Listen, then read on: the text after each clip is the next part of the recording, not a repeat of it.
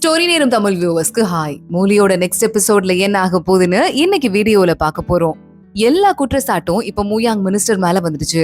இத பார்த்துட்டு ராஜமாதா என்ன பதில் சொல்றீங்கன்னு கேட்க, மூயாங் மினிஸ்டர் எனக்கு எதுவும் தெரியாதுங்க, நான் யாழிய கொல்றதுக்கு ஆளே அனுப்பல, இவங்க சொல்ற குற்றச்சாட்டுக்கெல்லாம் எந்த ஒரு ஆதாரமும் கிடையாது அப்படின்னு சொல்லிட்டு இருக்காரு. அப்போ ஒரு குரல் கேக்குது, ஆதாரம் என்கிட்ட இருக்குன்னு. பார்த்தா நம்ம மோயாவ் தான் இருக்கான், உள்ள ஆதாரத்தோட வரான். ஏற்கனவே சென்னுன்னு சொல்லிட்டு இவருக்கு யார் வேலை பார்த்தாங்களோ, ஏற்கனவே அவன் மரண தண்டையான சாக வேண்டியவன். ஆனா அவனுக்கு மரண தண்டனையில இருந்து விடுதலை கொடுத்து இவர் அவருக்கு தேவையான வேலையெல்லாம் பாக்குறதுக்காக வச்சிருந்திருக்காரு. எக்கச்சக்கமா யூஸ் பண்ணியிருக்காரு. பக்கத்து நாட்டு கூட கொஞ்சம் கொஞ்சமா ஆயுத கடத்தல இவர் ஈடுபட்டிருக்காரு. அதுக்கான எல்லா லெட்டர்ஸ் டாக்குமெண்ட்னு இவரோட கையெழுத்திலேயே ஆதாரங்கள் இருக்குன்னு சொல்லிட்டு மோயாவ் ஆதாரத்தை சப்மிட் பண்றான். மூயாங் மினிஸ்டருக்கு அப்படியே கொஞ்சம் கொஞ்சமா பயம் வர ஆரம்பிக்குது. என்னடா இது, எல்லாமே இப்படிதான் நடந்துரும் போலயே, நமக்கு தண்டனை கிடைச்சிரும் போலயே அப்படின்னு. மூயாங் மினிஸ்டருக்கு நம்ம அடுத்து கண்டிப்பா தண்டனையை நிறைவேற்றியே ஆகணும் அப்படின்னு மோயாவும் சொல்லிட்டு இருக்கான். கரெக்டா இல்லங்க, நான் பண்ணல, இதுல இருக்கிறது எல்லாமே வந்துட்டு யாரோ ஒருத்தங்க கிரியேட் பண்ணுது, இது பொய்ன்னு சொல்லிட்டு இன்னும் மூயாங் மினிஸ்டர் சமாளிக்க ஆரம்பிக்கிறான். சரி, எதுவா இருந்தாலும் உங்களுக்கு கூட்டு போய் விசாரிப்போம்ல, அப்ப தெரிய போகுது. அந்த சென்னை பின்னாடி நாங்க கூட்டு வர உத்தரவு போட்டிருக்கோம், அப்ப தெரிய போகுது. இதுக்கும் மேல அவர் உண்மையாவே நல்லவரா இருந்தா அப்ப வர நம்ம பெட்டிஷன் போட்டு அதை சரி பண்ணிக்கலாம் அப்படின்னு சொல்ல, யாழி அமைதியா பாத்துட்டே இருக்கா. டக்குன்னு கால்ல விழுந்து, ராஜமாதா, ராஜா, இன்னும் ஒரு முக்கியமான விஷயத்தையும் இந்த கோர்ட்ல நான் சொல்லி ஆகணும். 8 வருஷத்துக்கு முன்னாடி எந்த விதமான ராஜ உத்தரவும் இல்லாம மோயாவோட அண்ணன் மோஜிங் அவர் படைகளை கொண்டு வந்துட்டாரு. அதனால ஒரு பார்டர்ல பாதிப்பு ஏற்பட்டு 2 ஊர் நம்ம கையை விட்டு போயிருச்சு. அது ராஜ துரோகம் அப்படின்னு சொல்லிட்டு அந்த ஒட்டுமொத்த குடும்பத்துக்கே நம்ம தண்டனை கொடுத்தோம். அதனால மோயாவோட சர்வீஸும் பல வருஷம் பாதிக்கப்பட்டுச்சு. ஆனா அது உண்மை கிடையாது. உண்மையாவே அதுக்கான ராஜ உத்தரவு இருந்தது. அந்த குடும்பம் தப்பு பண்ணலன்னு சொல்ல, ஏமா ஆதாரம் இல்லாம இவ்வளவு முக்கியமான ஒரு பெரிய விஷயத்த யாராவது அரசவையில பேசுவாங்களான்னு ராஜமாதா கேக்குறாங்க. ஆதாரம் என்கிட்ட இருக்குன்னு சொல்லிட்டு யாழி வேகமா அந்த இடத்துல இருந்து போய் ராஜ உத்தரவை எடுத்துட்டு வந்திருக்கா போல. அதை எடுத்து காட்டுறா. பாத்துட்டு அங்க இருக்கிற அத்தனை பேரும் ஷாக் ஆகுறாங்க. மோயாவால அவன் கண்ணையே நம்ப முடியல. யாழி என்ன கொண்டு வந்திருக்கான்னு. பக்கத்துல இருக்க மினிஸ்டர் பாக்குறாரு, இது ராஜாவோட உண்மையான ராஜ உத்தரவு, என்னால அதுக்கு சாட்சி சொல்ல முடியும்னு சொல்லிட்டு இருக்காரு. மோயாவும் அதை வாங்கி பாக்குறான். அப்படியே அவன் அழுதுட்டே அதை பாத்துட்டு இருக்கும் போதே, ராஜமாதா என்கிட்ட கொடுங்க அப்படின்னு கேக்குறாங்க. மோயாவ் யாழிய பாக்குறான். எப்படி இதை கொண்டு வந்திருப்பா அப்படின்னு சொல்லிட்டு அவனுக்கே நம்ப முடியாம ஷாக்கிங்கா இருக்கு. ராஜா அதை பாத்துட்டு, மூயாங் இதுக்கும் மேல நீ என்ன சொல்ல வர அப்படின்னு கேட்க, மோயாவ் டக்குன்னு காதுல விழுந்துடுறான். ராஜா, எங்க குடும்பத்து மேல இத்தனை வருஷமா இருக்கிற கலங்கத்தை இன்னையோட தொடச்சு எரியணும். என் குடும்பம் எந்த ராஜ துரோகத்தையும் பண்ணல, ராஜ உத்தரவை மட்டும் தான் கடைசி வரையும் ஃபாலோ பண்ணி வாழ்ந்தாங்க. அவங்களுக்கு கிடைச்ச தண்டனை தப்பான தண்டனைங்கிறத ஒட்டுமொத்தமா ஊருக்கே தெரிகிற மாதிரி இன்னைக்கே அறிவிக்கணும். அது பண்றதுக்கு காரணமா இருந்த மூயாங் மினிஸ்டருக்கு கண்டிப்பா தண்டனை கொடுக்கணும்னு சொல்லிட்டு கால்ல விழ, சுத்தி நிக்கிற அத்தனை மினிஸ்டர்ஸும் விசாரிக்கணும், மூயாங் மினிஸ்டருக்கு தண்டனை கொடுக்கணும், மோயாவோட குடும்பத்தை காப்பாத்தணும் அப்படின்னு சொல்லிட்டு ஆளாளுக்கு கால விழுந்துட்டு இருக்காங்க. மூயாங் மினிஸ்டர் பயந்து போயிடுறான். ராஜமாதாக்கு இப்ப வேற வழியே இல்லதான். யாழியும் மோயாவும் வெளியே வந்துட்டு இருக்கும் போது யாழிக்கு ரொம்ப உடம்பு முடியாம போயிட்டு இருக்கு.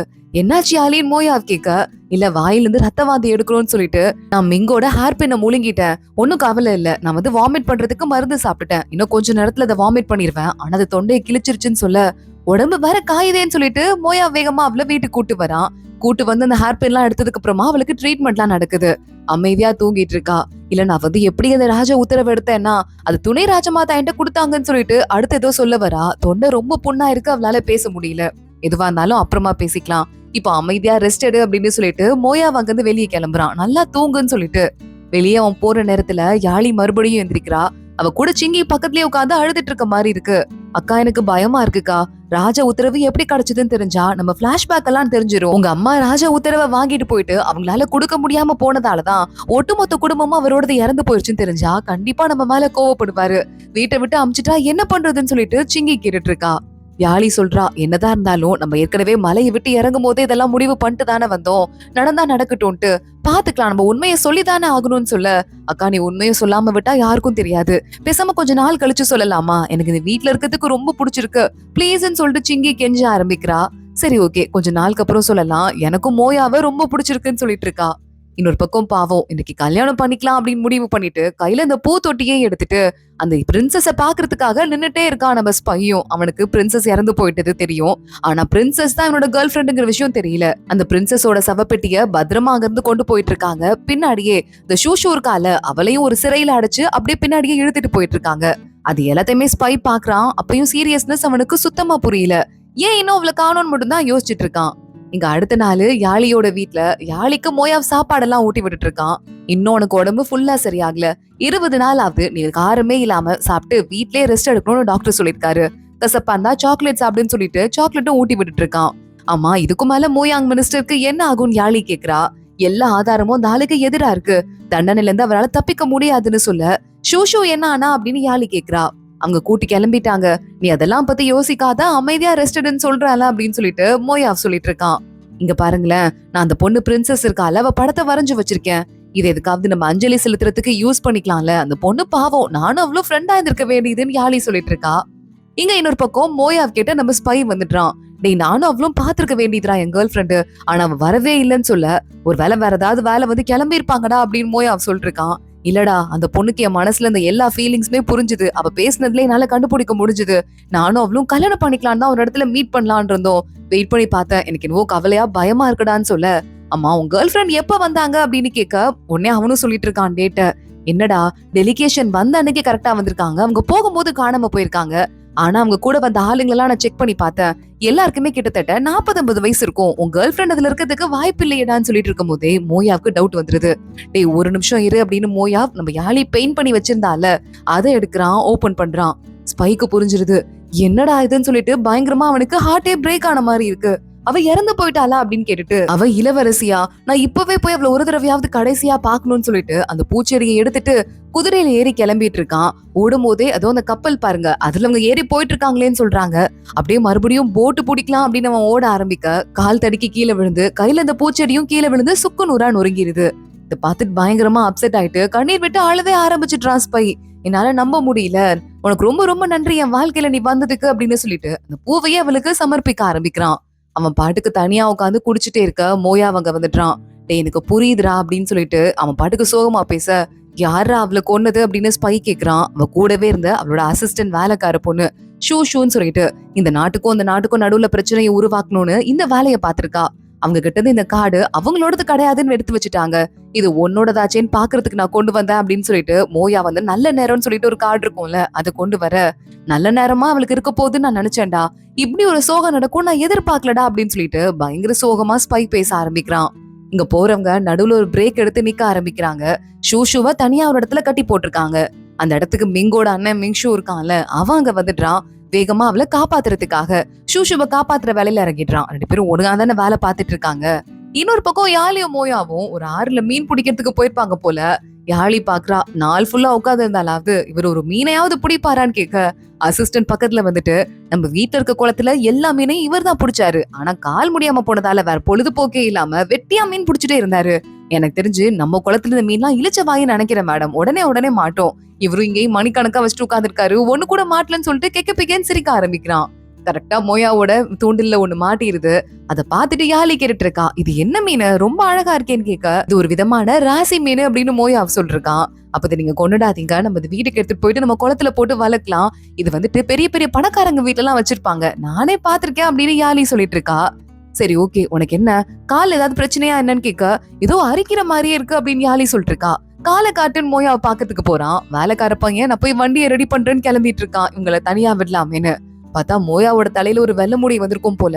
என்னது அதுக்குள்ள வெள்ளை முடி வந்துருச்சுன்னு யாழி கேட்டுட்டு இருக்கா.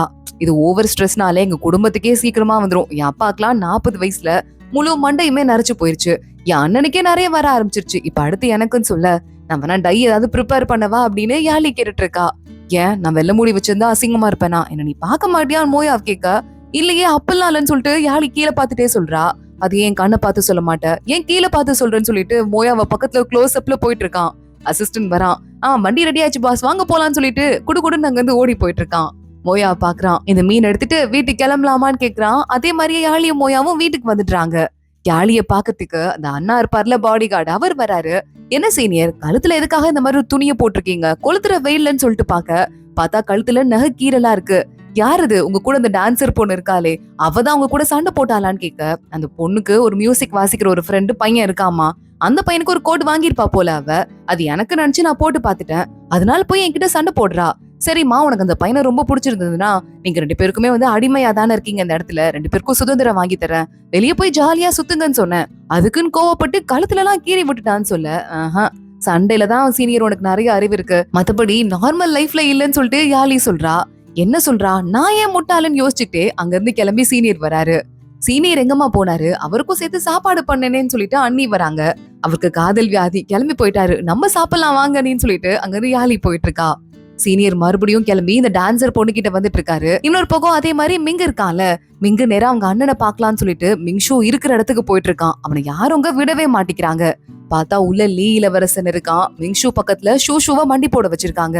எவ்வளவு தைரியம்டா யாழி மேல கையை வச்சிருப்ப, அவளை ஜெயிலுக்கு அனுப்பியிருப்ப, உன்னை இங்கே கொண்டு தள்ளுறன்னு சொல்லிட்டு அவ கழுத்துல கத்தி வைக்க, இல்ல அவளை ஒண்ணும் பண்ணிராதீங்க, தெரியாம சில முடிவுகளை தப்பா எடுத்துட்டா, அவ இறந்து போயிட்டா அப்படின்னா நமக்கு நிறைய விஷயங்கள்ல நமக்கு தான் லாஸ்ன்னு சொல்லிட்டு மிங்ஷு கால்ல விழுந்து கேட்டுட்டு இருக்கான். சரி, அவளுக்கு எதிரி நாடு கூட நிறைய கனெக்ஷன் இருக்கு, நமக்கு ஹெல்ப் பண்ணுவா, அப்ப இந்த பழிக்கு யார் தண்டனை அனுபவிக்கிறதுன்னு மிங்ஷுவோட ஷோல்டர்ல வாழை விட்டு இவன் பாட்டு காட்டிட்டு இருக்கான். உள்ள மிங்கு ஓடி வந்துடுறான். எங்க அண்ணனை எதுக்கு கொடுமைப்படுத்துறேன்னு சொல்லிட்டு கத்த ஆரம்பிக்கிறான். உடனே லீ பிரின்ஸ் அவனை பார்த்து, உனக்கு தாண்டா வெயிட் பண்ண, யார் உன் நண்பர்கள், யாருக்காக உங்க அண்ணன் குடும்பம் வேலை பாக்குது, நீ யாருக்கு எதிரின்னு சொல்லிட்டு எதுவுமே உனக்கு தெரியாம வாழ்க்கையில சுத்திட்டு இருக்கன்னு கேட்க, நான் யாருக்கும் வேலை பார்க்கணுங்கிற அவசியம் எனக்கு கிடையாதுன்னு சொல்லிட்டு மிங்கு கத்த ஆரம்பிக்கிறான். நீ ஏன்னா எந்த பிரஷரும் இல்லாம இருக்கிறதுக்கு காரணம் உன் அண்ணன் உனக்கும் சேர்த்து எல்லா பிரஷரையும் அவன் தோல்ல போட்டுட்டு இருக்கதான். அவன் மட்டும் இல்லாம இருந்தான்னு வச்சுக்கோயேன், உன் வாழ்க்கை எவ்வளவு கஷ்டமா இருக்கும்னு சொல்லிட்டு உனக்கு தெரியும்னு சொல்லிட்டு இருக்க. இந்த பொண்ணுதான் வந்துட்டு யாழிய கஷ்டப்படுத்தினா, நான் சும்மா விட மாட்டேன்னு சொல்லிட்டு ஷூஷு கழுத்துல போய் அவன் கத்திய வச்சிட்டு இருக்கான். லீ பிரின்ஸ் அங்க இருந்து கிளம்பிடுறான். ஒரு வழியா அவங்க அண்ணன் ஷூஷுவை காப்பாத்திட்டு மிங்க தனியா கூட்டு போக, மிங்க அவங்க அண்ணனுக்கு மருந்தெல்லாம் போட்டு விட்டுட்டு இருக்கான். இங்க பாரு, ஷூஷுவை கொல்லாதன்னு சொல்ல, அண்ணா நீ எதுக்கு போய் இவனுக்கு வேலை பார்க்கணும், தனியா வாழ்ந்துக்க வேண்டியதானன்னு கேட்க, அவன் இல்லன்னா நம்மளால யாராலையும் வாழ முடியாதுன்னு அவங்க அண்ணன் சொல்லிட்டு இருக்கான். ஆனா யாழிய அட்டாக் பண்ண அந்த பொண்ணை நான் சும்மா விட மாட்டேன், நான் கொன்னுதான் ஆவேன்னு சொல்லிட்டு மிங்க வெளியே வரான். யாழிய பத்தி யோசிச்சு பாத்துட்டு இருக்கான். எத்தனையோ தடவை என்ன காப்பாத்த ட்ரை பண்ணா, ஜெயில கூட என்ன மாட்டி விடாம அவளே பார்த்து நடந்துக்கிட்டா, அந்த பொண்ணு உயிரை எத்தனை தடவை நான் காப்பாத்துறதுன்னு எனக்கே தெரியலேன்னு சொல்லிட்டு மிங்க யோசிக்க ஆரம்பிக்கிறான். இங்க யாழியும் மோயாவும் வீட்டுக்கு வந்து அந்த மீனை தொட்டியில விட்டுட்டு இருக்காங்க. இனிமே இந்த மீன் நம்ம குடும்பத்துல ஒண்ணாயிடுச்சுல, நம்ம வீட்டுலதான் இருக்க போது, நம்ம அதை நல்லா பாத்துக்கணும்னு யாழி சொல்லிட்டு நிலாவை பாத்துட்டே உட்கார்றா. எப்பயாவது எதையாவது நம்ம மிஸ் பண்ணும்போது நிலாவை பார்த்தா அவங்க பாக்குற மாதிரியே ஒரு ஃபீலிங் இருக்கும்னு சொல்லிட்டு இருக்கா. என் லீஷன் மலையை மிஸ் பண்றியா அப்படின்னு மோயாவ் கேக்குறான். லீஷன் மலையில நிலா இப்படி இருக்காது தெரியுமா, ரொம்ப பெருசா இருக்கும், நான் பாட்டுக்கு கோட்டியாட்ட டெய்லி நான் அங்கதான் படுத்திருப்பேன், டெய்லி நிலாவை பாப்பேன்னு சொல்ல, டெய்லி நீயே படுத்துட்டு பாப்பியா, இவன் கூட மத்த சீனியர்ஸ் எல்லாம் அவங்க எல்லாம் அதை எடுத்துக்க மாட்டாங்களா இடத்தன்னு கேட்க, அவங்கள பத்தி எல்லாம் எனக்கு என்ன கவலை, நான் டெய்லி அங்கதான் இருந்துட்டு இருப்பேன் அப்படின்னு சொல்லிட்டு யாழி சொல்லிட்டு இருக்கா. மோயாவை பாத்துட்டு இருக்கான். யாழி சொல்றா, எனக்கு என்னைக்காவது சான்ஸ் கிடைச்சதுன்னா உங்களே இந்த மவுண்டெயினுக்கு கூட்டு போய் காட்டுன்னு சொல்லிட்டு நிறைய ஆசை இருக்குன்னு சொல்றா. அவளை பாத்துட்டு மோயாவ் சிரிச்சிட்டு இருக்கான், பாக்கலாம் ஒரு தடவை அப்படின்னு. இங்க இந்த சீனியர் இருக்காருல பாடி கார்டு, அந்த டான்சர் பொண்ணுகிட்ட வந்துட்டு என் மேல கோவப்பட்டே இருக்குன்னு சொல்லிட்டு கெஞ்ச ஆரம்பிக்கிறாரு. சரி ஓகே, நீங்க எனக்கு விடுதலை வாங்கி கொடுத்து என் மேல பாசம் வச்சிருக்கீங்க தான், என்ன நீங்க உங்க வீட்டுக்கு துணை மனைவியா கூட்டு போறீங்கன்னா உங்க மனைவி ரொம்ப நல்ல பொண்ணா இருக்கணும், என்ன கொடுமைலாம் படுத்த கூடாதுன்னு அவ சொல்லிருக்கா. அது ஏன் உன துணை மனைவியா தான் கூட்டு போவேன்னு யார் சொன்னான்னு பாடி கார்டு கேட்க, ஆமா நானே ஒரு டான்சர் பொண்ணு, டான்ஸ் ஆடிட்டு இருக்கேன் எல்லாரும் முன்னாடியும், என்ன போய் யாராவது மனைவியா கூட்டு போவாங்களா என்ன, ஆனா டான்ஸ் ஆடியே நான் நிறைய காசு சம்பாதிப்பேன், எனக்குன்னு வீடு எதுவும் கிடையாது, உங்க கூட வந்து கஷ்டப்பட்டுதான் வாழ்க்கையை வாழணும்னா அப்படி ஒரு கல்யாணமே எனக்கு தேவை கிடையாது, நான் கல்யாணமே பண்ணிக்க மாட்டேன், நல்லா காசு சேர்த்து நல்லபடியா பாத்துக்குவீங்கன்னா சொல்லுங்க, அப்ப வேணா கல்யாணம் பண்ணிக்கிறேன் அப்படின்னு சொல்லிட்டு இருக்கா. சீனியர் பாக்குறாரு, அப்படியா சொல்றேன்னு சொல்லிட்டு கேட்டுட்டு இருக்காரு. இங்க கு மாஸ்டர் ஜெயிலுக்கு வர்றாரு. ஜெயில தான் நம்ம சின்ன இருக்கான்ல, அதான் மூயாங் மினிஸ்டரோட உண்மையான முதல் பையன், அவன் அங்க இருக்கான். அவனுக்கு உடம்பும் சரியா இருக்கு. அந்த கேஸ்ல நிறைய விஷயங்களை மூயாங் மினிஸ்டருக்கு எதிராக கண்டுபிடிக்கிறதுக்கு இவன் தான் ஹெல்ப் பண்ணானா. அதனால நீ பண்ண தப்புக்கெல்லாம் வந்துட்டு ஒரு பெரிய பாவ மன்னிப்பா உங்க அப்பாவோட எல்லா விஷயத்தையும் மாட்டி விட்டுருக்கங்கிறதால உன்னோட பதவியை மட்டும் பறிச்சுட்டு உன்னை உயிரோட விட்டு நாடு கடத்துறோம், உன் சொத்துக்கள்லாம் பறிமுதல் செய்யப்படுது, நீ போற இடத்துல போய் பொழைச்சுக்கோன்னு சொல்ல ரொம்ப நன்றின்னு சின்ன சொல்லிட்டு இருக்கான். அதே மாதிரி மூயாங் மினிஸ்டரும் அதே ஜெயில தான் இருக்காரு. சின்ன அந்த பக்கமா போறதை பார்த்துட்டு நீ இன்னும் சாகலையான்னு கேக்குறாரு. சாகலன்னு சொல்லிட்டு நீங்க ரொம்ப வருத்தப்படுவீங்கன்னு தெரியும், ஆனா உயிரோட இருக்கிறதுக்கே நான் ரொம்ப கஷ்டப்பட்டேன், உங்களை பத்தி எல்லா விஷயத்தையும் சொன்னது நான் தான் சொல்ல, என் கையை என் கண்ணை குத்தும் நான் நினைச்சு கூட பாக்கலன்னு அவரு சொல்லிட்டு இருக்காரு. சரி ஓகே, நீங்க வந்து என்ன ரொம்ப கேவலமா ட்ரீட் பண்ணிட்டீங்க, நீங்க என்னைக்குமே என்ன உங்க பையனா பார்த்ததே இல்ல, ஆனா என்னைக்குமே உங்களை அப்பாவா தான் நான் நினைச்சிட்டு இருந்தேன், ஏன்னா நீங்க தானே என்னோட அப்பா, சரி பரவாயில்ல, உங்க பண வசதியெல்லாம் யூஸ் பண்ணி என்ன உங்க ஆளா யூஸ் பண்ணிக்கிட்டீங்க, ஆனா பரவாயில்ல, இதுக்கும் மேல அப்பான்னு ஒருத்தர் இல்ல நினைச்சுக்கிறேன், இன்னும் கடைசியா ஒரே ஒரு தடவை உங்களை அப்பான்னு கூப்பிட்டுக்கிறேன், அப்பா நீங்க பாத்துக்கோங்க, இதுவரை நீங்க எனக்கு சொல்லி கொடுத்த எல்லாத்துக்குமே ரொம்ப தேங்க்ஸ், அதெல்லாம் என்னைக்கும் நான் மறக்க மாட்டேன்னு சொல்லிட்டு அங்க இருந்து சின்ன கிளம்பிடுறான். இவனை நாடு கடத்த போறாங்கல்ல, சோ அவனோட கையெல்லாம் கட்டி அங்க இருந்து கூட்டு போயிட்டு இருக்காங்க. சீனோட தம்பி மூயாங் மினிஸ்டரோட பையன் இருக்கான்ல, அவங்க வேலைக்காரங்களை அனுப்பி அங்க கூட்டு போற ஆளுங்களுக்கு காசு கொடுத்து நல்லபடியா அவரை கூட்டு போங்கன்னு சொல்லிட்டு அவருக்கு ஒரு பையன் கொடுக்குறான். இதுல துணி சாப்பாடு கொஞ்சம் காசும் இருக்கு, இதை வச்சுக்கோங்கன்னு. அவன் எங்கன்னு சொல்லிட்டு நம்ம சின்ன கேக்குறான். அவர் வீட்டுல இருக்காரு, அவர் வர முடியலன்னு சொல்ல, என்ன மறந்துட சொல்லு, அவனோட வாழ்க்கைய அவனை பார்க்க சொல்லு, நிம்மதியா அவனோட வீட்டுக்கு போயிட்டு அம்மா வீட்டுக்கு போய் அவனை வாழ சொல்லுன்னு சொல்லிட்டு சின்ன அங்க இருந்து கிளம்புறான். பார்த்தா அந்த பையனும் கொஞ்சம் தூரத்துலதான் நின்னுட்டு இருப்பான் போல. பக்கத்துல வராம பாய் சொல்லிட்டு நல்லபடியா எங்கேயாவது போய் வாழுன்னு சொல்லிட்டு இருக்கான். இங்க இன்னொரு பக்கம் ரொம்ப நாளுக்கு அப்புறமா எங்க யாழிய பார்க்க வரா. சுத்தி முத்தி வீடெல்லாம் பாத்துட்டு இருக்கா. யாழி கிட்ட உட்கார்றா. உனக்கு என்ன வேணும், எதுக்கு வீடையே வந்து சுத்தி பாத்துட்டு இருக்கன்னு யாழி கேட்க, இல்ல யாழி, என் புருஷன் இறந்து போயிட்டாரா, எங்களுக்குன்னு குழந்தை இல்லையா, எங்க குடும்பம் அப்படியே வாரிசு நின்று கூடாதுன்னு சொல்லிட்டு சொந்தக்கார குழந்தையிலேயே ஏதாவது ஒரு குழந்தைய தத்தெடுத்து என்ன வளர்க்க சொல்றாங்க. அத பத்தி நீ என்ன நினைக்கிறேன்னு கேட்க, யாழி பாத்துட்டே இருக்கா. அதோட தான் இன்னைக்கு எபிசோட் முடியுது. அடுத்தடுத்து என்ன ஆக போகுது தொடர்ந்து பார்க்கலாம். இந்த வீடியோவை லைக் பண்ணிக்கோங்க, மறக்காம நம்ம சேனலுக்கு சப்ஸ்கிரைப் பண்ணிட்டு பெல் ஐகானையும் கிளிக் பண்ணிக்கோங்க. அடுத்தடுத்த வீடியோ வந்துட்டே இருக்கு. அது வரைய பாய்.